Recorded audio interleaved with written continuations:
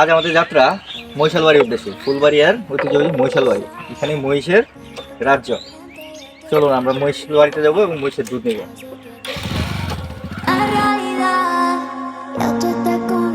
এই যে আমরা চলে আসছি মহিষালবাড়িতে। এই যে মহিষ,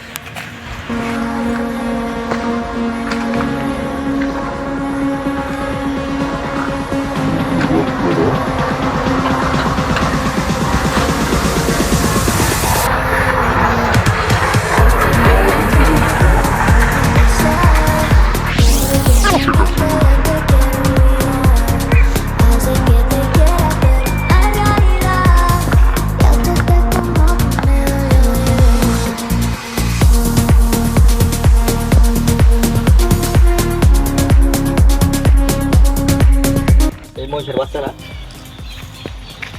এই খামার কি আপনার? এখানে কতগুলো মহিষ আছে? এগুলো পালতে কেমন খরচ হয়, কেমন খাবার যায়?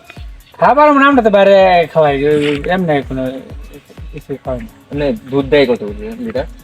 দুধ এটা মনে করেন মশা মাসে মানে 200-300-400 500 দুধ তো বিক্রি করেন না মানে বাইরে বিক্রি করেন? মানে দুধ কত করে কেজি? 100 টাকা। 100 টাকা কেজি।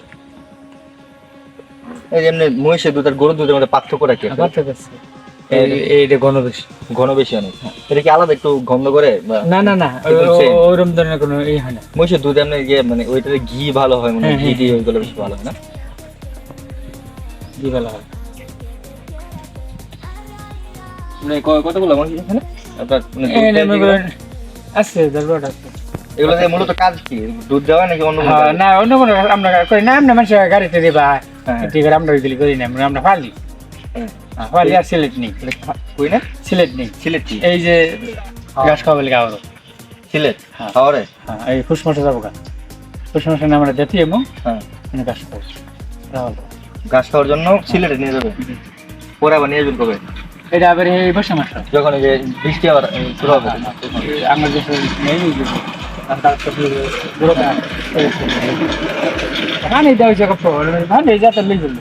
নিয়ে যান কিভাবে সিলেটে? আচ্ছা হাটায় নিয়ে যান ভাই এখান থেকে সিলেটে?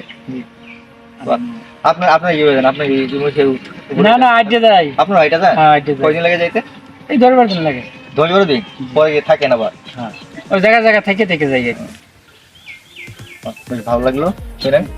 মহিষের ঐতিহ্য, মহিষালবাড়ি গ্রাম বাংলার ঐতিহ্য।